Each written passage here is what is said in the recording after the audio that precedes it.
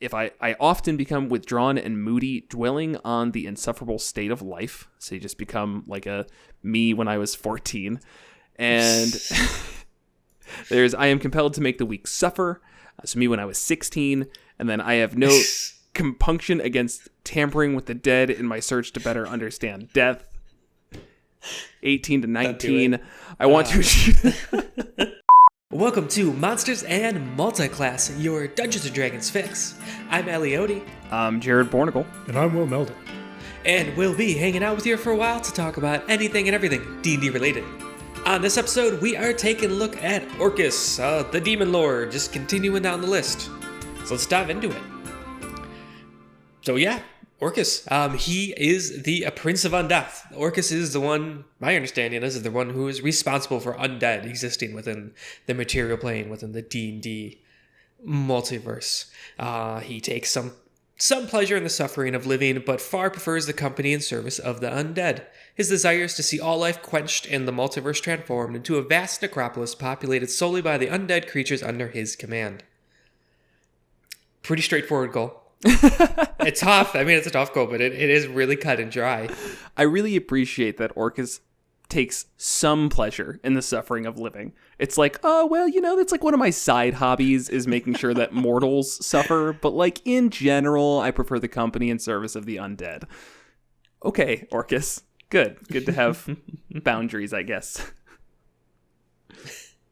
He will take on allies, I guess. Cultists, like non-undead cultists who help spread it, which usually probably like necromancers and things like that. Some of these will be turned into ghouls and zombies to serve into his legion. Others will maintain their autonomy. There's honestly not much more to his motivations and what he's about. I don't know if you two have anything to add to that.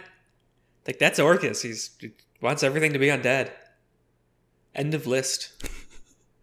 No, I mean, not really anything more. It's a noble goal, but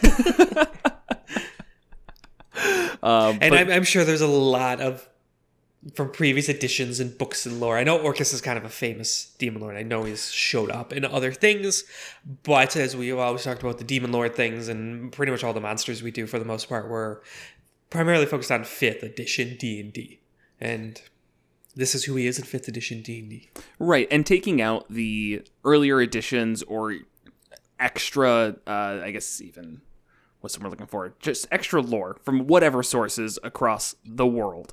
There are probably tons and tons of pieces of Orcus showing up, having specific plans and things succeeding, failing, whatever. But that's not really what, in my eyes, is used during a D&D campaign, so it's not as important. To me, it's like, if Orcus's thing is bringing the undead across the land and making everybody undead, that's what you have to work with as a story creator, both from the DM seat and the player seat, understanding the Demon Lord's goals. That's fine. I mean, we don't need to have tons and tons of lore to make an interesting setup and story. It's about the allies that have been amassed by Orcus. So you're saying grabbing cultists. Maybe there are swaths of is that even the right word? Doesn't matter. Of zombies overtaking the land, and what it originally seems like sort of a zombie survival horror game turns into like oh no, this is Orcus's actual doing, and it's a big plot to take down a demon lord. So I say your creativity is definitely not limited by the singular goal. It's just that, the plans and such probably don't matter to most people. And if you want, I guess, an Orcus lore deep dive, get out of here. We're going to talk about stats. And they're really good stats. For those who have watched our other Demon Lord episodes, you probably know we've been kind of down on these Demon Lords. You did the link thing. Should I just link to literally all 7 of them? Isn't there I made a playlist. Can you link to a playlist? Can you link to a playlist? I don't know. I'll play around with that. But yeah, we've been kind of down on them, feeling pretty underwhelming for literal demon lords. Orcus, opposite. Orcus is what the demon lord should be. He embodies undeath because of it. He is crazy powerful. This guy is a scary fight. He is a tough fight. Level 20 PCs are going to have trouble in this fight. They need to prepare for him, find ways to stop things and shut things down. There's a lot to cover here. So with that, let's dive into it.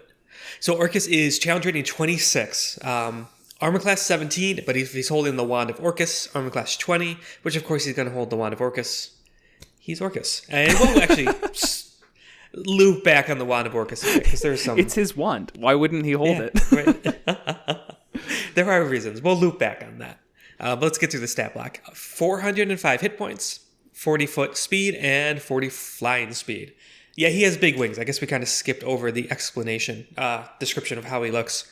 They do a good job, of course. I'm just going to read it. Orcus is a bestial creature of corruption with a diseased, decaying look. He has the lower torso of a goat and a humanoid upper body with a corpulent belly swollen with rot. Great bat wings sprout from his shoulders, and his head is like the skull of a goat, the flesh nearly rotted from it. Kind of, I don't know, that's what I would picture for the Lord of Undeath. I mean, yeah, I don't know what else you'd really throw on there. Right. The goat legs are important, though. Yeah. Oh, yeah. Nothing makes me think of death more than goat legs. Hey, goats don't mess around. Are goats the livestock that always get in situations they're going to kill themselves? Or that might be just sheep. There's a livestock where that's just the running joke where they're really just kind of got to the point where they're just really dumb and they're constantly have to be saved from situations where they're going to die. It's like goat or sheep or, yeah. It sounds like a sheep thing, but yeah. Anyways, Orcus is 27 strength, which is a +8. His lowest stat is 14 dexterity, 25 con, 20 int, 20 wisdom, and 25 charisma. So nothing bad there. Saving throws, though, of +10 to dex, +15 to con, +13 to wisdom. So even the lower stats are boosted in the saving throws.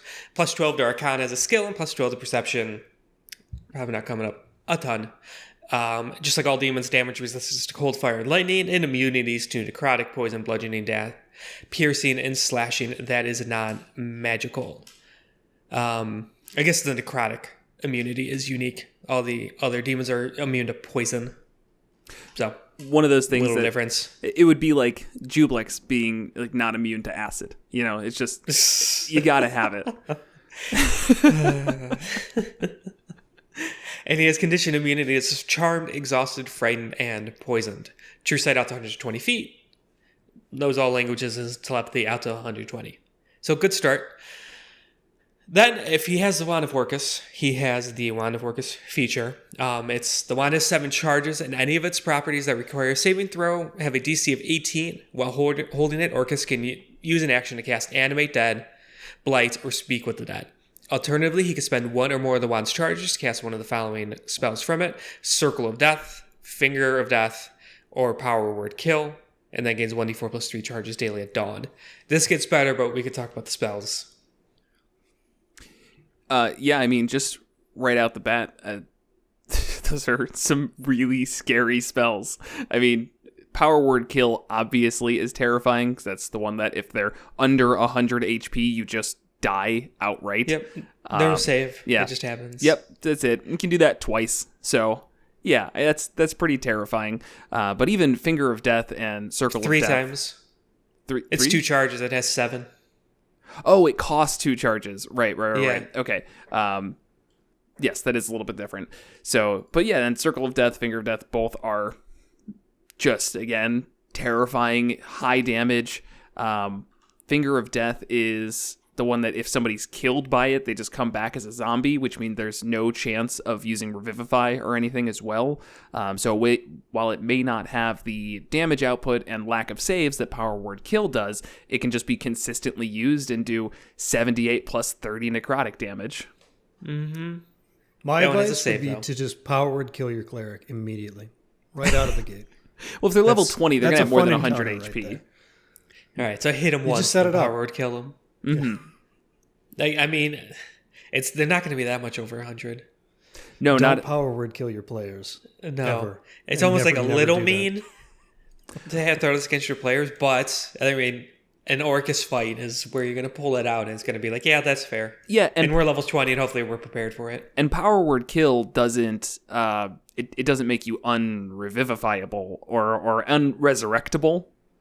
Right. What it does is when you finish off the rest of the party and you're turned into zombies by Orcus, as he celebrates your gruesome death. You probably shouldn't go into this fight just having one singular way to get people up from dead. How about that? Right. Like, if you're only relying on your cleric and you're just going, I'm sure Orcus will ignore him and let the cleric just revive everybody at every point that they need to, then you are not ready for an Orcus fight. You're not ready. No. No, it's definitely an unfair fight. Yeah, we'll get to bigger reasons of the wand, but I think we'll skip around a bit. If you're throwing this in your game, I think you need to come up with some big arc adventure to ultimately get the Wand of Orcus away from Orcus. I don't think this is winnable if he has the Wand of Orcus. Correct. I mean, it might be winnable. I won't say it's impossible to win, but it's going to be very, very difficult. Yeah, so the next feature, while holding the wand, Orcus can use an action to conjure undead creatures whose combined average hit points don't exceed 500. These undead magically rise up from the ground or otherwise form in an unoccupied space within 300 feet of Orcus and obey his commands until they are destroyed or until he dismisses them as an action. Once this property of the wand is used, it can't be used until the next dawn. He could summon liches. Yeah, the wizard can summon meteor swarms. Wait, is that literally... Which could be, I think, counterspelled by a lich. I was actually going to say, that's literally the only limitation, is the average HP can't exceed 500. Total HP. No CR limit or anything. Don't summon liches. that's Please. Yeah. All right, what about a Draco Lich? Fair. Yeah, he could summon 3 liches and then have like some change left over for other powerful undead. That's if he pretty summons cool. 3, that puts him... Yeah, he still has 95 hit points to work with. Totally summon 3 liches against your party. If they're all level 20, that sounds awesome. Could you imagine that being the minion fight before actually fighting Orcus is just 3 liches? Literally just calling Asarak. How about that? Yeah. How about just a 23 challenge rating, ultra legendary floating skull? What's his hit points? Do you have it up? It's 285. There you go. You can do that in a lich. Demi-liches normally have 80. It's like hilarious how squishy they are. That's why it's just ridiculous. Like, oh, here's 5 demi-liches. Yeah. No, don't do that. So I would like to point out, you said, but the wizard can summon Meteor Swarm. A lich does have counterspell. No, you're right. It's a 20th level 18th level spellcaster. So it has all of his spell slots. You're entirely right. I was talking before I really processed what you said of 3 liches or demi-liches or whatever. I would probably say that maybe if you're going to go down that route, like summon 1 and then summon a bunch of minions, because that's so much more interesting of a fight. It's like hard to even talk about, because like if you're in this situation as a DM and you're really like, oh yeah, this is the final campaign, I'm gonna really put some hurt on my players, and then you summon 3 liches, like I don't know how you have a campaign together. You've probably TPK'd your party 16 times up to this point and forgotten that you have unlimited power. All right. How about as compromise the summon a Mind Flayer Lich? Oh my god, 3 of them or just 1? 3, of course. Oh, okay. It actually has the same health. It's challenge rating higher. Oh my god. No. It also has counterspell. So the intent of that, in general, is to summon hordes of enemies. You could do it. I mean, yes. I get it. It's just so hard to like leave that on the table. Like, for me, that's so hard to leave that on the table. I don't disagree. I think that there's a way to do it. It's the boss fight. It's the pre-boss fight. If you summon a single lich, I know this sounds like I still... What? You don't think I still think that will probably not be a winnable fight for, like, 4 level 20s. A lich versus a bunch of, like, zombies and stuff? Without Orcus. Yeah, lich, a bunch of zombies. Oh, as okay, I was say with Orcus. Yeah, like Orcus is going to his lair and the party's chasing him down, and Orcus turns around and goes, let's keep you occupied, and throws a lich and 50 zombies on the field. Maybe, I don't know, probably not 50 zombies. Again, that's just pointless. Maybe, I don't know. Actually, no, I think they have like 10 zombies actually have a lot of health. Okay. A lot of health? What doesn't have a lot of health is crawling claws with only 2 hit points. Oh gosh. You can have 250 of them. Those zombies have 22, yeah. But again, a couple of fireballs will clear that out pretty quick. But the Lich just counterspells. Yes, unless you have 2 people with fireball at level 20. Sure. Again, we're probably getting in too much of the specifics of this encounter. Those are on the opposite sides of the spectrum of not fun. 500 2 HP creatures and 3 liches. Neither of those are fun encounters. Do the middle. Go to the middle. Yes. But this absolutely has the potential to just be completely broken with one monster. And it's like not like that far out there to get to that. Your players could have the Wand of Orcus. It is a magic item. Give your players the Wand of Orcus. Yeah, it's an artifact. It is a magic item. I don't know what book it's in, but Dungeon Master Guide. Yeah, just basic one. I guess we could take a little break from the stat block to talk about it because we're on that. Sure.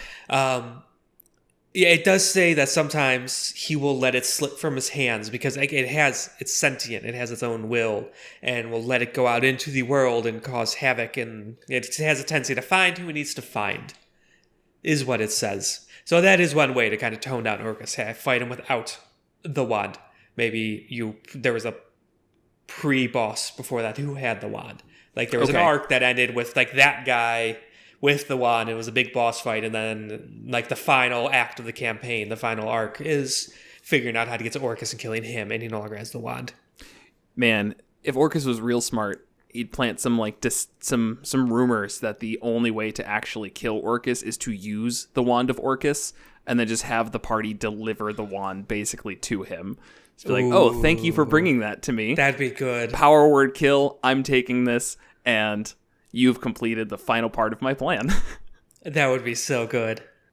So if someone does have the Wand of Orcus, any creature besides Orcus that tries to attune to the wand must make a DC 17 con save. On a success, the creature takes 10d6 necrotic damage. On a fail, the creature dies and rises as a zombie.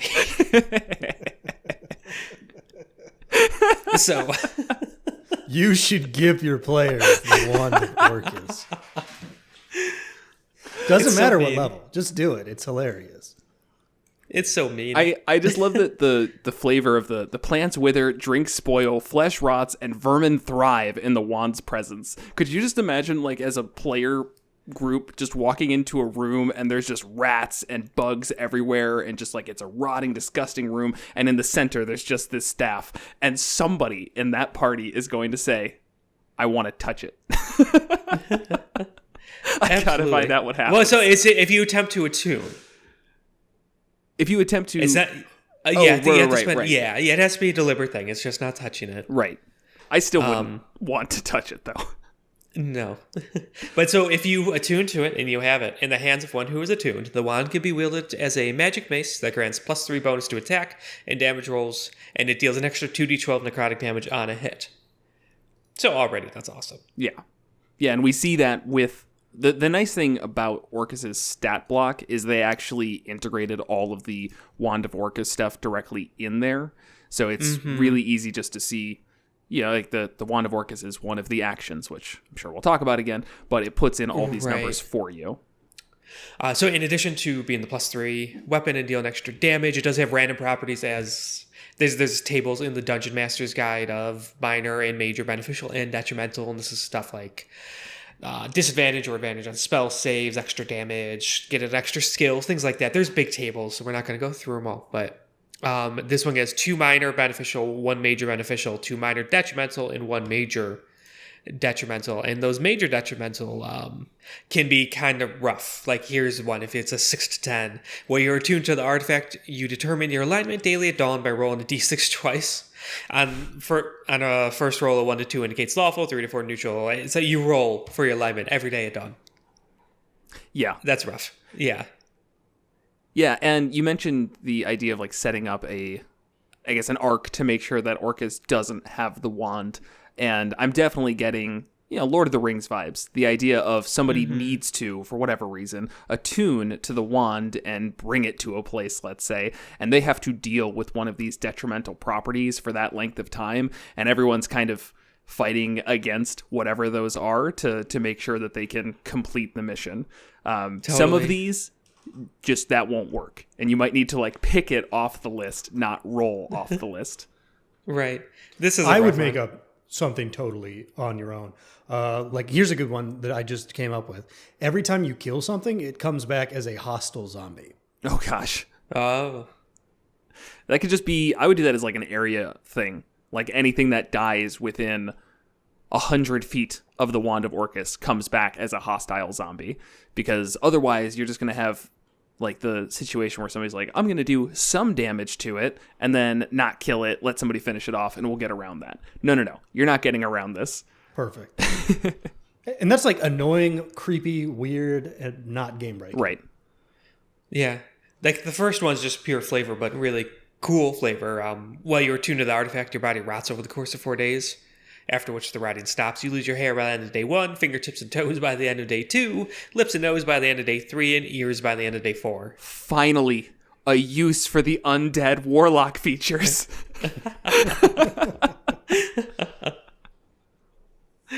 Regenerate still does restore it, which is a 7th level spell.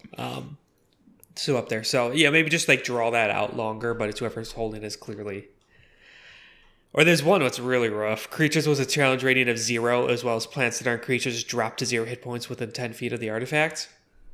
All commoners, I'm pretty sure challenge rating 0. Yep. And if they aren't, the children sure are. Oh no. That's actually very dark. But again, yes, this is a very dark item. But like if we haven't said what it looks like and what it's made out of. Well, it's made of a spine basically, and has a nice skull with glowy green bits coming out of it, and it has like a scorpion tail bone at the end. That might just be like a tailbone, but yeah, that's in your body. Yeah, you have one of those. That's a tailbone. Disgusting. Yeah, made from bones as hard as iron. The wand is topped with a magically. I'm sorry. Stop the episode. Stop. You tell me there's a skeleton in here? Yeah, that's terrifying. We shoot you with radiation. We can see it. Yeah, it's covered in blood and guts. Sorry, go ahead. Made from bones as hard as iron, the wand is topped with a magically enlarged skull that once belonged to a human hero slain by Orcus. And it's honestly like almost like a little plain for what it is, and that's fine. Like whatever, it's just kind of the eyes. I think that's green. awesome. It's some dude like Orcus killed him and ripped out his spine and made him into a wand. Right. All right. Moving on though. Protection. So if you have the wand, if the wand of Orcus suppresses its detrimental properties when Orcus holds it. So just to clarify. Then there's a protection property. You gain a +3 bonus to AC while holding the wand. You can cast spells. This was already covered of Animate Dead, Blight, Circle of Death, Finger of Death, Power Word Kill, or Though Speak it with is Dead. interesting to note that it costs more charges if Orcus isn't attuned to it. Power Word Kill, for example, where it was 2 for Orcus, it costs 4 if a player has it. Right. Exactly, yep. Also has the Call Undead feature. There is more of a cap on it, though. Which I forgot. Oh, it's just skeletons and zombies. Oh, yeah. Okay. Yes. Thank you. If Orcus doesn't have it, well, you could do the Call Undead where it's 500 hit points, but you can only do skeletons and zombies, which is still a shit ton of skeletons and zombies. Also, when Orcus has it, they don't disappear at dawn, or they don't fall at dawn. So he can just use that continuously to make an army of undead. Right, and Orcus is not limited to skeletons and zombies. Literally any undead. The wand has sentience. The Orcus is a sentient, chaotic evil with an intelligence of 16, wisdom 12, charisma of 16. It has hearing and dark vision, out to 20 feet. The wand communicates telepathically with its wielder and can speak and understand abyssal and common. Its personality is the wand's purpose is to help satisfy Orcus's desire to slay everything in the multiverse. Every time I say that, it just sounds like, what a goal. Right? It's comically evil. Yeah. We're not going to sit here and debate the moral implications of Orcus's goal and Orcus's wand's goal. It's like, stop it. Somebody needs to stop this. Right. The wand is cold, cruel, nihilistic, and bereft of humor. In order to further its master's goal, it feigns devotions to its current user and makes grandiose promises that it has no intention of fulfilling, such as vowing to help its user overthrow Orcus. I love how it could just lie. Yeah. That's great. So that's like I was saying, if you have the party get it, then, the wand can say, like, I'm the only reason, or I'm the only way to stop Orcus, don't you know? Like, I've been trying to free myself from him for this long, and the only way that we can separate it and get rid of all of these negative things about me is if you kill Orcus with me. Party comes in, super excited, gives the wand to Orcus. Boom, second part of the campaign starts off, because that is when Orcus flies off and, I don't know, decides not to kill them because they, giving you this one favor. Right. And then it does say how you could destroy the wand, which is just insane. So it requires that the wand of Orcus be taken to the positive energy plane by the ancient hero whose skull sits on it, that is made out of. For this to happen, the long-lost hero must first be restored to life. No easy task given the fact that Orcus has imprisoned the hero's soul and keeps it hidden and well-guarded. So just no basic resurrection would do it. It sounds like. I don't even know what a wish spell, but probably after freeing the soul in the first place, you might be able to bring him back. Yeah, I mean, then 9th level true resurrect. Wouldn't you only goes 200 years? 200? Oh, okay. So we are in hard wish territory. Yep. Which is always good. I mean, a quest to get the wish spell alone is pretty interesting. I mean, it's not like every single class can get the wish spell. I actually don't know off the top of my head. I want to say wizards and bards. The wish spell? Yeah. I think it's just wizards. Maybe, is it lore bards? I guess bards could pick it as a magical secret.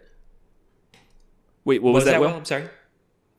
It's wizards, sorcerers, and the genie warlock. Oh, so maybe you do have to use magical secrets for it. Yeah, which is, I mean, it's a solid magical secrets pick, but... Yeah, you get that at 18th level, so that would be your first time that you can get a 9th level option. Okay. Right. Or you could just have the soul be contained in a self-resurrecting capsule. I feel like that's the kind of thing Orcus would have on hand. What do you mean? So he's got the case of the hero's soul, and you break it, and he just comes back. Why would Orcus have that? Why would he have this dude's soul? I don't know. I mean, it's, I guess, a trophy more than anything. He's got his spine and skull on a wand. Yeah. And so the soul, you crack the glass, he just comes back. Okay, because Orcus just is not very good at being preventative, or just always wants to make sure there's some fun in the world. Or if the wand gets worn out, he can bring this guy back and rip out his spine and then put him back in there. Okay, I'm actually on board with that. I don't know if you were saying that sarcastically, but if the wand's power waned every 500 years, and this is the thing Orcus had to do to refresh it, now that's actually pretty interesting. That's pretty cool. So there's some ritual that goes down, and the party has to stop it or intervene, and instead of letting him get killed again, they bring it back. And so the wand still has some power for the next 2 years, and Orcus is using that to actively hunt down the party while they need to screw off to the plane of positive energy. Right. And figure that out. I bet it's a nice place. It almost might be too nice. Think of the temptations. Why would we leave here? Is Orcus threatening this? He's worried about the material plane. Screw that. We got good vibes here. Yeah, I mean, just hooks for days. I love it. Oh, yeah. So much you can do. So that's the wand of Orcus. Big deviation from the stat block, but I think well worth it. Oh, and I'm sorry, most importantly and last, proficiency with the mace allows you to add your proficiency bonus to attack rolls. Oh, man. I thought it was kind of underpowered until you said that. Right. I just find it funny they put that right at the end. Yeah, it seems like just a quest to destroy the wand, then there's that sentence. It seems like a first thing. Hey, we're getting the dumb stuff out of the way. Yeah, all right, you gotta... No, it's the most important. All right, back to the stat block. So that's the Wand of Orcus, and we covered how things change with Orcus. All right, so in addition to the wand and all that, he also has innate spellcasting, DC 23 plus 15 to hit, so pretty crazy.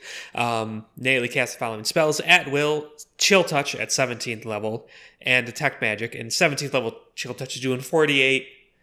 Nothing crazy, but he can do it as a legendary, so that might be worthwhile there. It's a solid ranged attack. 3 a day.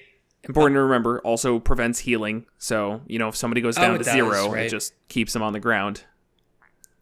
I always forget about that. That's a good rider, yeah. Yeah, that never comes up when a PC has it, usually. No. But the other way around. Yeah, okay. 3 times a day, create undead in the spell magic. Create undead is where you could create 3 ghouls. Which is pretty... Yeah, it just adds to them, I guess. Whatever. Dispel magic. I think most Demon Lords have this. It's a good thing for just big bosses to have. And then once a day, you can do Time Stop. Time Stop you used recently, Jared. And and it's one of those where it's like, it sounds like it's insane, but then you actually do it. It's like, okay, you really need to have something prepped for it. It's the fact that you can't interact with anyone.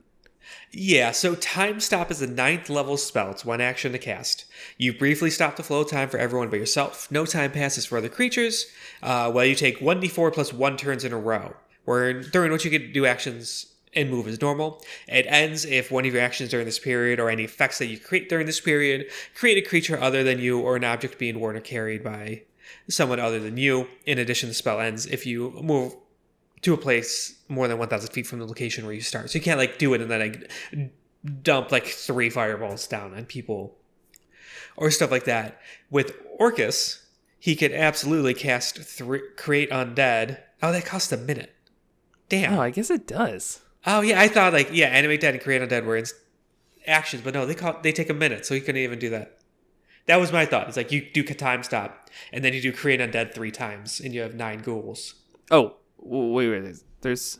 Oh, no, it's saying it's indefinite. Sorry, I was skipping ahead to Master of Undeath, seeing if that said something. But, no, not particularly. I mean... You could do the Orcus summon thing, though. Yes. Yeah, you could. Yes. Which isn't... I mean... I guess it isn't it, yeah. I was just thinking how funny that is, though, of just, the party just, kind of stops for a moment, and they, have that brief moment where they recognize time is stopped, and then come back, and there's just an army of undead in front of them. Oh. Okay. Yeah, that would be a good use of it. But otherwise, it's not that strong. Yeah, Orcus using Time Stop, if he has that army of undead, it's not like he can position them. They're frozen too. It's not like it makes... Yeah, allies aren't immune to it or anything. So you would need to set something up. Or a last-ditch flee. It's good for running away. Right. I'd say in terms of 9th level spells, it doesn't really feel as strong as... It just isn't as strong as some others. Even with the, say I used it recently in our game and it was a high level wizard using it. Well, they used their 9th level spell for that. And then from there it was okay, you can only concentrate on one spell. It's not like you get unlimited concentration in this time. So usually you're going to use it to, you stop time, you get better positioning, you heal up if you have any means of doing so, and then you cast whatever spell you need to concentrate on, and then I hope not, Time Stop's not concentration. No, it's not. Okay. No. And then you cast a big damage spell to break the Time Stop, and it puts you in a good position, which a lot of times with, again, wizard fights, it's oh man, I've got all these cool things I want to do, but it's going to take me 3 rounds to get there. Hey, that's gone.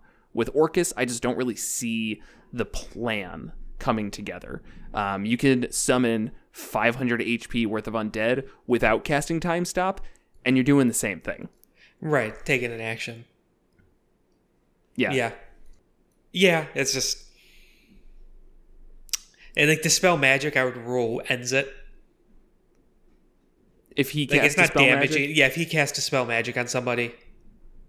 The spell ends if one of the actions you do during this period or any effects that you create during this period affect a creature other than you. Yeah, I guess if it was on the creature, I'd agree. Yeah, if someone has haste and you wanted to dispel magic on it. Right, that would end. Yeah. But I guess you could if there's a spell effect in an area, you could probably do it without any Innate, so it's kind of situational. Right. I guess this is a good one to open up. Let us know if in the comments or Twitter or subreddit or whatever if you have creative uses for time stop. Yeah, and if seen you're it used well, enjoying what you're seeing, then make sure to like the video and subscribe, because we literally always forget to say that. We do. Yeah, do it. It's important. Or follow us if you're on the podcast. Anyways, that's Innate spellcasting. Then he has legendary resistances, 3 a day. Typical stuff. If he fails a saving throw, he can choose to succeed. Magic resistance, advantage on saving throws against spells and other magical effects. All of his attacks are magical. And then he's Master of Undeath. When Orcus casts Animate Dead or Create Undead, he chooses the level at which the spell is cast, and the creatures created by the spell remains under his control indefinitely. Additionally, he can cast Create Undead even when it isn't night.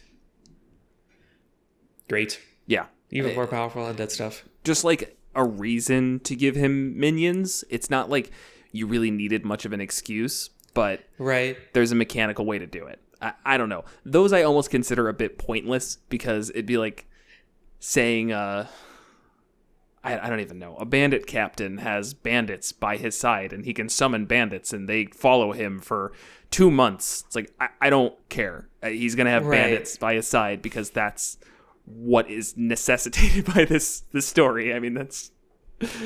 So, it's yeah, okay. I mean, I guess it codifies, like, if you start them off with a bunch of undead minions, and you kill them, here is how Orcus gets them back, and it costs an action in the spell, but... Except all those spells take a minute, so I mean, it wouldn't be... Oh, yeah. Yeah, it's not like in combat that those are coming back. Yeah. Yeah, you're right. It's just, yeah. Oh, well. In terms of actions, makes a multi-attack of 2 Wand of Orcus attacks, which is a plus 19 to hit, reach at 10 feet. On a hit, it does 3d8 plus 8 bludgeoning damage and 2d12 necrotic damage. So it gets 2 of those off. You know what's upsetting about that? Like, we've got Orcus, who's got just this ridiculous, unfun, player-murdering spell list, just undead for days, and he can still beat the tar out of, like, the bestial lords like Baphomet. Like, physically beat the tar. Yeah. I wasn't kidding at the beginning when I said Orcus is what a demon lord should be. This one's, he's in the opposite direction. This is, yeah. Yeah, you gotta, because, what's that? 21 plus 13, 34, 68 damage around, and that's before legendaries.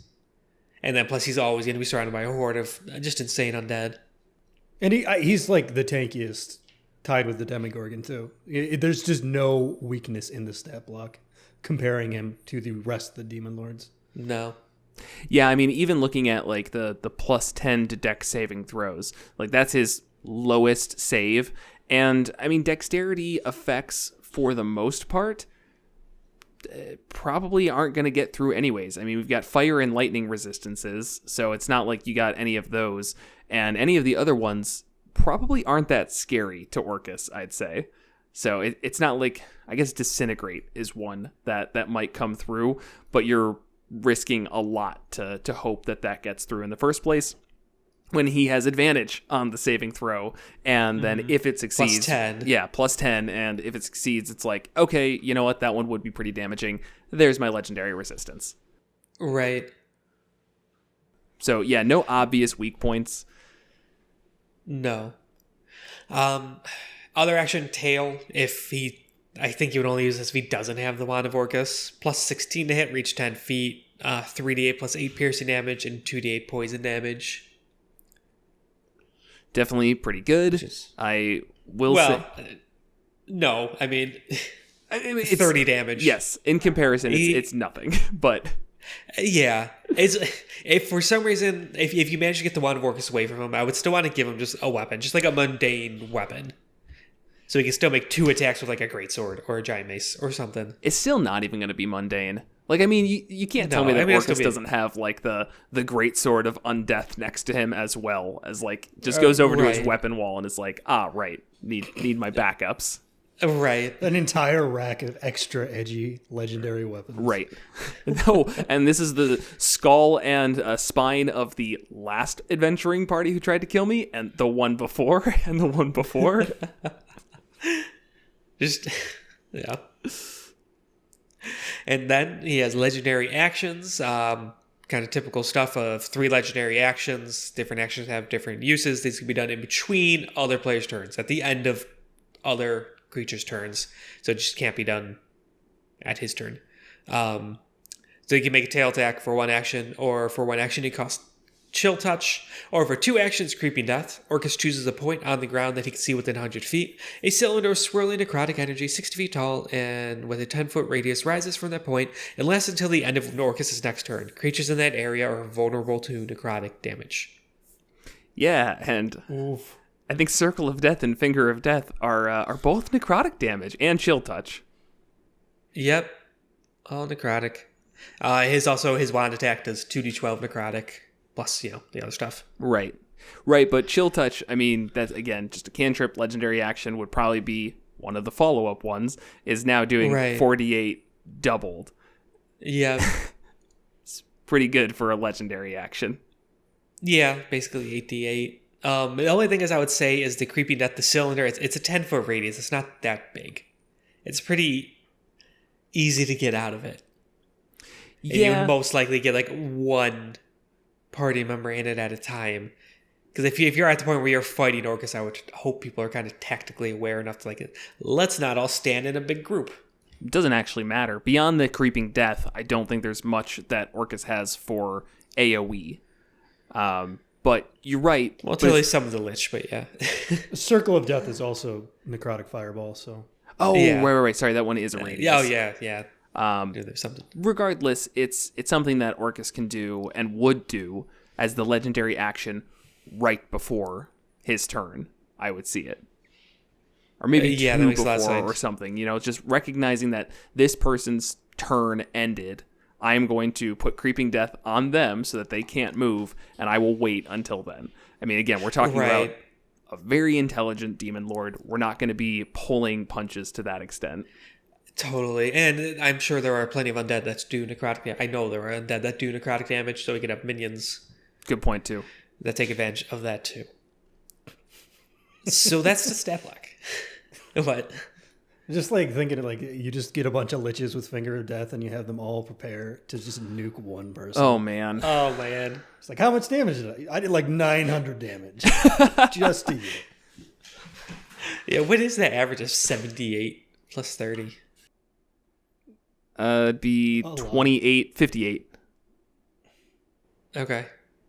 I might be off. So. Oh, it's 4.5 for 78 or for a D8? It's 62, 61, kind of that range. Okay. I'm close enough then. Yeah, roughly. Yeah. So double it, 120 average damage. Just, per Finger of Death. Yeah. Yeah, he could do that 7 times. It tossed him 1 charge. I mean, is it? It's a DC 18, though. It's not his innate spellcasting. And at level 20, that is going to be past a decent amount. So it's not just a guarantee. But then, okay, since you're vulnerable, even passing it, it's still just a full Finger of Death. Right. Which is still a lot. Right. I mean, this is the type of fight that even if you went in with resistance to necrotic damage, which, I mean, there's at least enough ways that that's possible just through class abilities. I can't think of many off the top of my head, but there's got to be some out there. That's not important. Either way, even if you had resistance to necrotic damage, I wouldn't be oh, this will be an easy fight. It's okay, no. I have leveled the playing field a teensy bit. It almost feels like a necessity to have a chance. Right. That's what this is. It's kind of like the Tiamat fight. If you just don't do anything and you just go fight Tiamat, there's no chance. You're not going to win. Right. Good. Again. Yeah. Demon Lord. Right. Yeah. There needs to be an entire campaign about building up to weaken him. Weaken the Demon Lord. That's Orcus needs it. And I'm sure what you also will try to avoid is the Lair, which I'm happy to get into now as well. Yeah. All right, so Orcus makes his lair in the fortress city of Narratir, which is on Thanatos. So many little words. Who can pronounce those? A lair of the abyss that he rules, surrounded by a moat fed by the river Styx.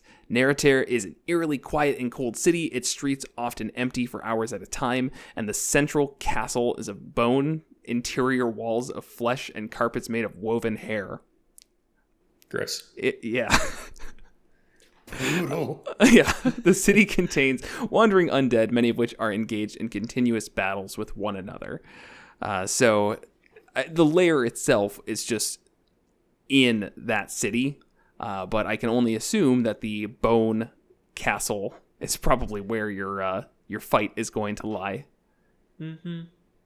So for lair, So actually, just something to take from even just that flavor. It doesn't give any more mechanics on that. It sounds like getting to his lair is going to be a bunch of hard undead fights. Yeah. Of course, you're going to have to throw, like, you're running into these undead skirmishes, and they're not going to leave you alone. And that's where you can get some cool three-way fights going on. Oh, that's true, though. Always a little complicated to run as a DM. Yeah. But yeah, it can definitely be done. But it allows you, in those three-way fights, it allows you to throw bigger enemies and make the fights look scarier than they actually are.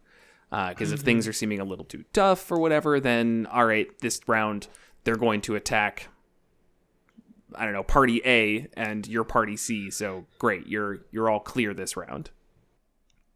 So for the lair actions, which if you're not familiar, lair actions are things that happen on initiative count 20, losing ties. Orcus can take a lair action to cause one of the following effects, and he cannot do two of the same effects in a row. So that's to switch off. First one. Orcus's voice booms throughout the lair. His utterance causes one creature of his choice to be subjected to power word kill. Orcus needn't see the creature. He must be aware that the individual is in the lair. It's just mean. I think you're in that city. You're in like the first little skirmish, and yeah, you're obviously gonna beat it. But someone in the party got hit a little bit, and they dropped from 130 hit points entering in to 98 hit points, and then all of a sudden just dropped dead.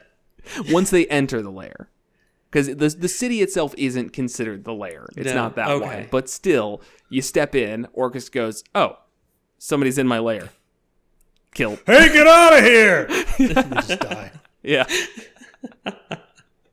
With a booming voice, though. Yes. Then we have next, Orcus causes up to 6 corpses within the lair to rise as skeletons, zombies, or ghouls. These undead obey his telepathic commands, which can reach anywhere in the lair. Just more refreshing minions. Yeah. This is actually better than him having like animate dead and things like that. Significantly in an actual fight, yeah. Right. Because then you can obviously keep refreshing them every 12 seconds. And even if the party's trying to make it through, then basically every fight they have is going to have additional skeletons, zombies, or ghouls. Yeah. From an optimization standpoint, I don't know why you would never not pick ghouls. Because ghouls are like tough zombies. Because when you're able to do it every 12 seconds, you're not really worried about the optimization. It's more about the fun of it. Like, if I switch it up every time, is it going to be more interesting than doing ghouls every time? Probably, yeah. Yeah, that's true. And then last we have, Orcus causes skeletal arms to rise from an area on the ground in a 20-foot square that he can see. They last until the next initiative count of 20. Each creature in that area, when the arms appear, must succeed on a DC 23 strength saving throw or be restrained until the arms disappear or until Orcus releases them. So we were talking about the party being able to run away from that circle. Not if this comes up. No, I forgot about that, yeah. Yeah, which restrained is scary, especially when you might be with a horde of undead. Yeah, and all of those now have advantage on attacks against you. Yep, and you have disadvantage on all their attacks and DC 23 strength. Yeah, like, that's tough. I mean, that is a lot of players characters who have no chance of passing. I would say the majority of players will never pass that.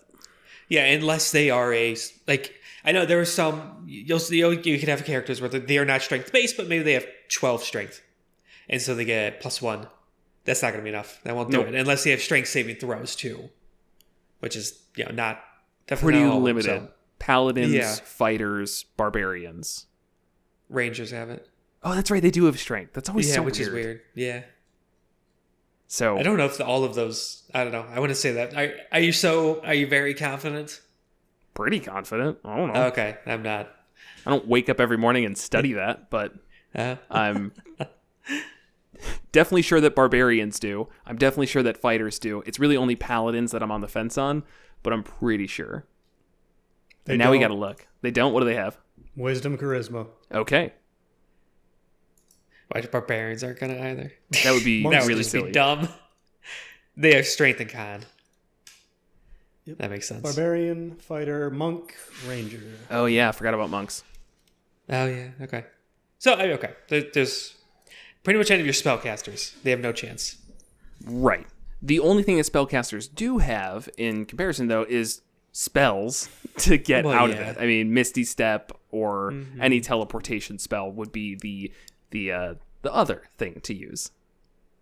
Yeah. But overall, really great layer actions. Jublix had really great ones too.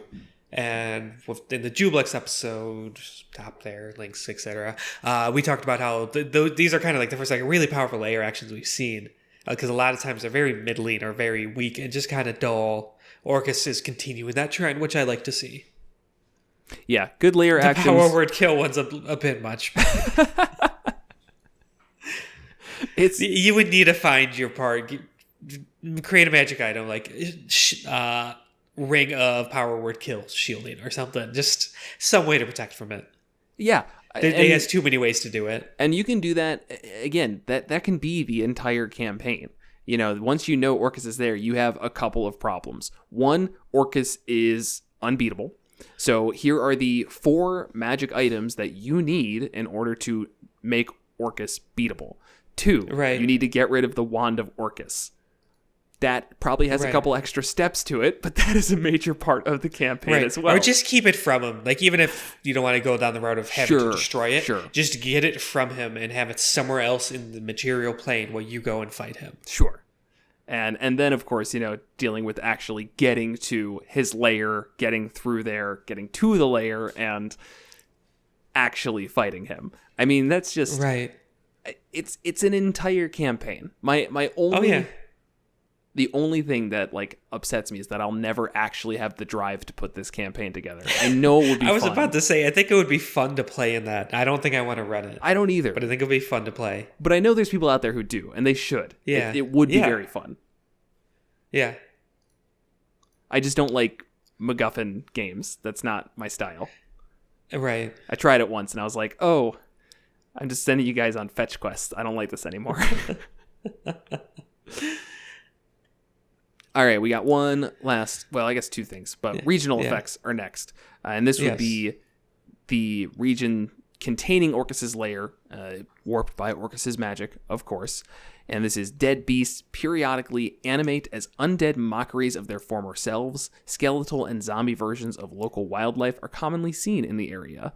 And we have the air becomes filled with the stench of rotting flesh, and buzzing flies grow thick within the region, even when there's no carrion to be found.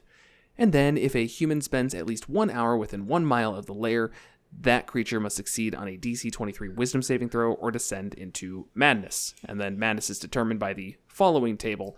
It's got a couple of ones specific to them, but we'll get to that in a second. Right. Just like all other regional effects, flavor. I mean, that's what it is. Right. It's and just like I say it every time we have a Demon Lord episode, but I know people don't watch all of them, so I feel like I need to keep saying it, even though I'm getting so bored of saying it. The Demon Lord's lairs are in the abyss, which is just this realm of chaos. And so the regional effects don't really stand out there. So I think to get these used, you need to have a portal around their lair, and then the regional effects happen in the material plane around the portal. Right. This is purely just flavor if it's in the abyssal plane. Nobody's going to second guess at there being flies around without there being any rotting flesh of any sort. Right. Be like, it's fine. I don't care. It's flies. Sure. Right. It's weird.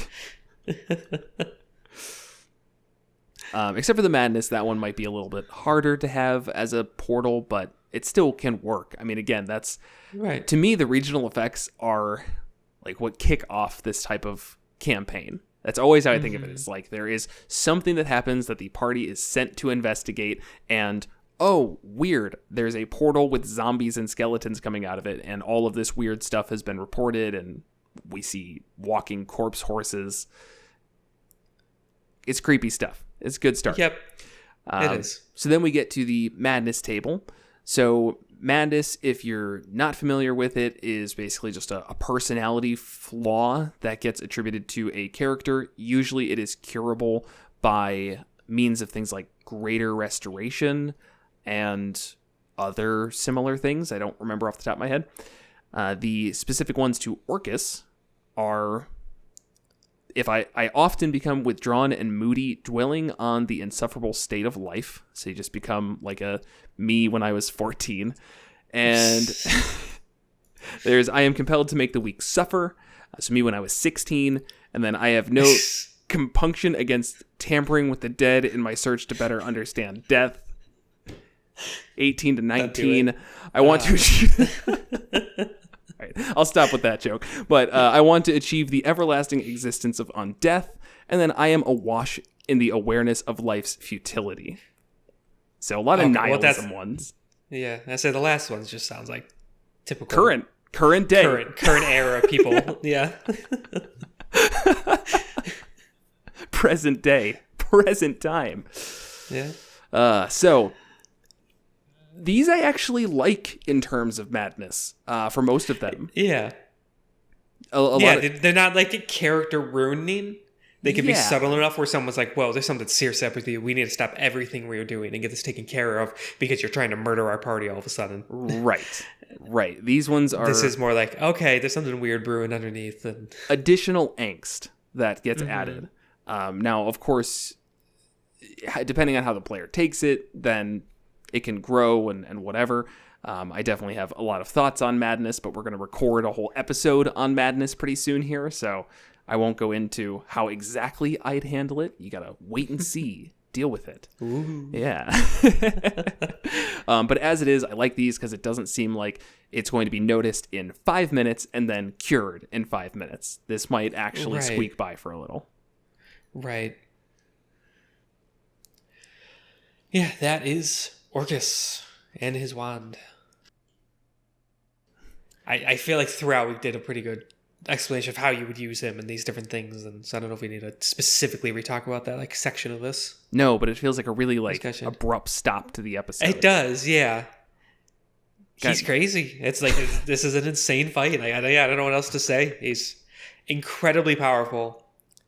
And I think, if you just fight him as is with the wand and the DM just playing him intelligently to his full capabilities, it's not really a winnable fight with, a typical party. Right. If you, got together, there's 20 level 20s, okay, maybe, sure, but...